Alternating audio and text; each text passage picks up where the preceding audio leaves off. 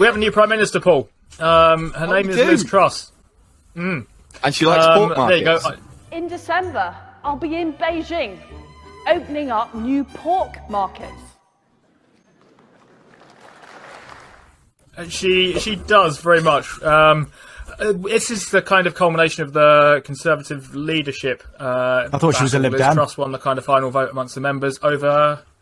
She was a Lib Dem. Over Rishi Sunak. I kind of felt weirdly about watching this sort of develop, because I'm not going to get into party political anythings and my own personal views on this stuff at the moment, but the outcome of that, who won out of Liz Truss, Rishi Sunak, was unlikely to change the direction that I vote at the next general election.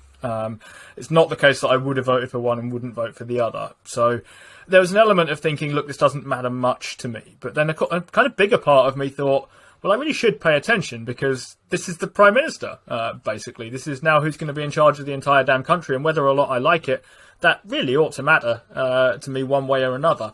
But we've got Liz Truss, who I think was kind of Bookie's favourite by the end, although not Bookie's favourite kind of in the middle of all of this.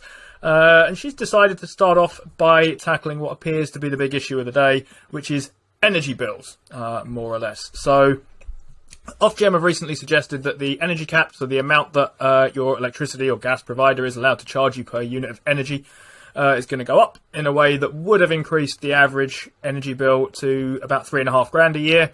Liz Truss says it can only go up to $2,500 a year, I think, and the difference is going to be made up by having energy providers take on massive loans to cover the difference, because they have to buy it off of producers, effectively. That's the kind of big story for the moment. There's lots of bits and stuff to dig into that, but, well, there's too many people on my screen at the moment. Who thought what about that? With it, like talking about investments and saving money and things like that, I don't feel like I can influence the system to change things for myself. So I do my best to live as best I can within the system that I'm given. And I haven't really voted now for probably two or three elections. I almost got forced to probably last election, but it's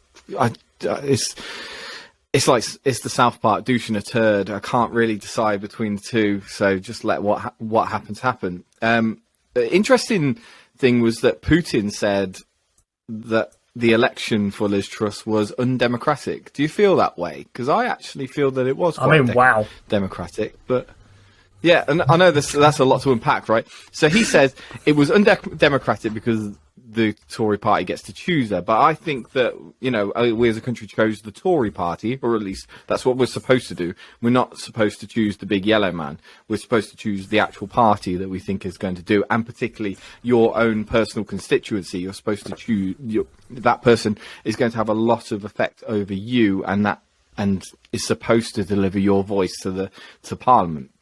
So I believe they should get to choose the new leader. But I imagine that's not a popular opinion right now. Steve, what do you think about this? Look, so last week we called for help. I think we knew help was coming. I think we said that it would suck if it didn't, and it's good that it has come. I think that the plan is about as good as we could have hoped for. Essentially, if you take your winter bill last winter and double it, that's essentially what you were going to pay. You were going to triple it. A lot of the smaller terraced houses and flats and things like that, it's not going to be as dramatic. The bigger your house is, the more you use, the more you're going to pay. I think that's fair enough. I think who could argue? I don't think we could potentially argue with that. There's going to be a couple of subsidies coming in. We're still getting that £400 discount that we were promised under Rishi. You get the extra 326 if you're in a low income household. The other good bit of news that was announced was after saved Martin Lewis's bacon, because he's been putting everybody into fixed income deals at about $3,500, and they're now allowing you to leave your fixed deal if you're over the cap.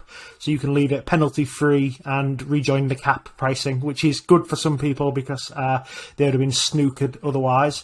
In terms of Liz Truss, I mean, do I think it's 83,000 people voting who run a country or whatever, is 120,000 people voting. That doesn't sound very democratic, but as Paul says, you know, you're voting for you're voting for a Tory to lead for 4 years or 2 years or whenever they fancy calling another general election within that period.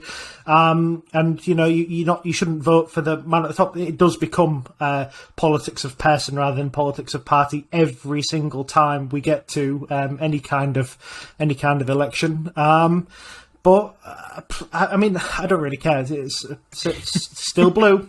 Still blue. It's still the same person. Damien?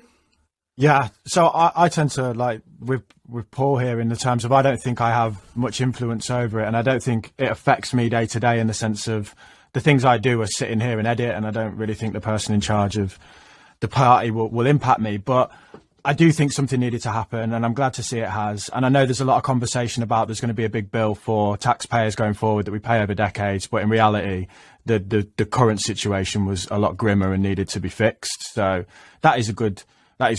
What I want to kind of put to the group is, so the issue is demand. We're now essentially keeping demand high because people will not be incentivized to reduce their bills as much. There's a lot of people maybe that are middle class and higher that are going to be like, well, I can afford that, kick the heating on, it's fine. Whereas they might have been incentivized to cut back a bit if they were facing £8,000 bills, not 2 or 3 or whatever. Do we think the fracking is going to increase supply enough to sort that out? Because that seems to be the direction that we're going. It's the difference between whether it was going to be £3,500 or £2,500 per low-income household. And if it was, I would be under the impression that £3,500 would have killed people, and £2,500 isn't going to kill that many people now. And I'm still wondering if demand isn't going to be that high. I think it still might reduce demand. I mean, it's definitely not in my house, and I don't think £3,500 would have reduced that in my house either. It would definitely make me start shouting, put a fucking jumper on, but it probably wouldn't. It probably wouldn't have made that difference. And I will still be doing that over winter. Well, in fact, my plan is to just go find some sun over winter and just disappear there, and not have to worry about energy bills like that at all. But it's very interesting because I think it will reduce a little bit. I think demand will reduce a little bit. Fracking wise, I think I must be so miseducated about fracking because I'm actually quite okay with it. I've seen the people in Texas where the fire was coming out their taps. I don't mind a little bit of fire coming out of my tap. I'll be okay with that. If it leads to lower energy bills. If I'm honest, I must be a little bit educated about it because I think desperate times call for desperate measures, and maybe we should open up the energy. I guess I can go quickly on this stuff because fracking's a tricky issue for me to have an opinion on. I don't think anyone's proposing to sort of frack the centre of Oxford, particularly, which is kind of where I live. So it's very easy for me to make comments like sort of drastic times call for drastic measures. I mean, they're kind of my drastic times and other people's drastic measures. I guess the one practical thing I would sort of suggest here is that if anyone hears Paul's advice to put a fucking hoodie on, we do have a line of hoodies that are available that Paul is currently modelling at the Playing FTSE shop over at playingfootsie.tmail.com. So if you buy some hoodies and keep yourselves warm, we can probably put our heating on for another hour or so. Sorry, Steve. Tell me about fracking. So, yeah, look, I've got that bad of water pressure here that I would welcome a bit of fire on my taps because I might get some fucking hot water. But fracking is actually happening in my area, so I think it's one of those things where everybody will be in favour of fracking until it happens on the doorstep. You hear about all the trembling walls and things like that. Well, I've got a fully rendered house that will literally fall to bits if the walls start trembling. So, look, I'm not massively in favour of fracking because here's two reasons. Because it doesn't solve the problem now. This isn't an emergency where, okay, we're just going to whip out into the field and frack some gas. That doesn't happen. We've not had any planning applications approved for fracking for a long time. It's essentially been banned. So is onshore wind, which is another random thing that they just randomly banned. But that's not going to solve the problem because what happens is now you're going to go through planning, you're going to go through permitting, you're going to go through approval, you're going to go dig sites, you've got to go find the actual the gas that you want to frack. Then you've got to get a permit to actually frack the gas. You've got to prove that there's enough there. And do you know what? That could be years now. That could be years before we actually get any gas. I mean, do we want to be a country that fracks gas when we don't actually need to frack gas?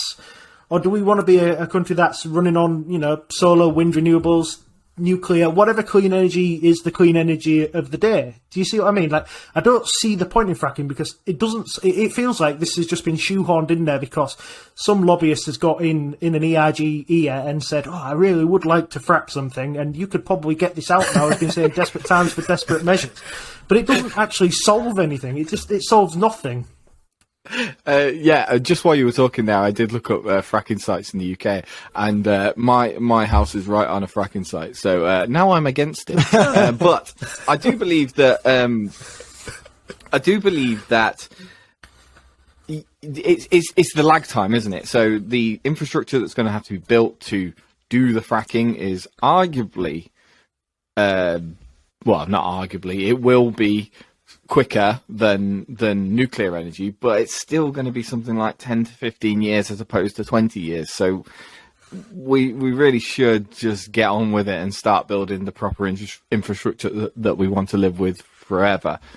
A kind of an important sort of thing that we have over sort of the US. The big thing for renewables over that side of the pond seems to me, as far as I can tell, to be that the best sites for wind generation are all in the middle of the country, and most people don't live there. They live on the edge of the country, so you need to kind of build massive, great transmission lines that will get your wind from your wind turbine to where people's houses are and stuff. And our country ain't that big by comparison, so I sort of feel like infrastructure ought to be kind of easier on this. But I guess this feels like this game that we had last time Damien was on the show. None of us knows the answer to this question about fracking. Damien, what's the answer? I have no idea. This is what I was asking. When it comes to the renewables, though, when it comes to if I had a chance to sound smart, I would. Don't worry about it. But when it comes to the renewables, I hear it's more about storage than it is about building turbines, right? So we don't have the battery storage or the technology to do so. We actually pay people to keep their wind turbines off. We subsidise them because it's, we don't have the capacity to take that. I mean, they spin at the wrong time, right? So they spin when it's windy. We don't need it. We need the most efficient way is a water battery, which is where you move water up a hill and then drop it throughout the day. They look at that, but again, infrastructure you need to build. So it's batteries. But yeah, what is a short-term solution then? How do we solve supply? Well, none of these problems are insurmountable, are they? So none of them are insurmountable. It's just if you've got it's about political will, isn't it? And that's the thing. We don't seem to have any political will to build any lasting infrastructure. One of the reasons offshore wind's banned, I do know the reason. I was playing Koi last time, is that every 25 years they set on fire. And that was proven to me the other week when I can see from my office window there's a giant wind turbine. I've complained about it many times because the sun sets behind it. So as the turbine blades go by, you just get sun on, sun off, sun on, sun off, sun on, sun off. So I have to wear sunglasses at work in the summer. But the thing set on fire. It nearly burnt down the whole industrial estate. Feel free to Google whole wind turbine fire and you will see it. It's quite interesting that they're flying drones around it at the moment to try and figure out, but it literally looks like a diesel engine on the top of a big pole with some fan blades around it, which is a conspiracy theory if you want to hear it. But yeah, you think it's a big diesel engine? That's what I think. Pushing that round. It's the petrol companies selling us more things we don't need. But yeah, so I digress. I think it's all about political will, and at the moment, nobody seems to have any long-term fixes, and politicians aren't incentivised to have long-term fixes because they're only in power for 4 years, so they just do the things that they can do within that structure. And the biggest point of that is the one we made just off air, Blair and Brown were anti-nuclear until the end of their reign. They proposed a nuclear solution, and the Cameron and Osborne tore it down because they said that we wouldn't have any nuclear power plants working until 2021. Well, wouldn't we have needed that? Yeah, they'll be coming online right now. Which, well, give some delays. They'll be coming on about right now, maybe end of the year, something like that. But then again, HS2 exists as well, which seems to be no one wants that in the UK. as far as I can tell, no one wants it in the UK. I've never spoke to somebody who said, "Oh, I'd love to get to London half an hour quicker." BBC Damien, execs, just BBC execs. That's it. The only people I know are like people who work on Media City. The people who work on Media City who just want to cut down their commute to London, like by half an hour or whatever. But everyone else, it's like 2-hour train to London from Manchester. 2 hours is fine. I'm not going to London enough to need it any quicker than that. 2 hours is fine for me. Yeah, it's the majority of people say, yeah, it's just all the media people. Yeah. It's another conspiracy. Oh, we are getting so political. They're vanity projects, today. so aren't they? They're vanity projects. We desperately need all of our rail infrastructure upgrading, but instead of doing that, we build a vanity project to get to Manchester to London a bit quicker. It just doesn't seem to make any sense. But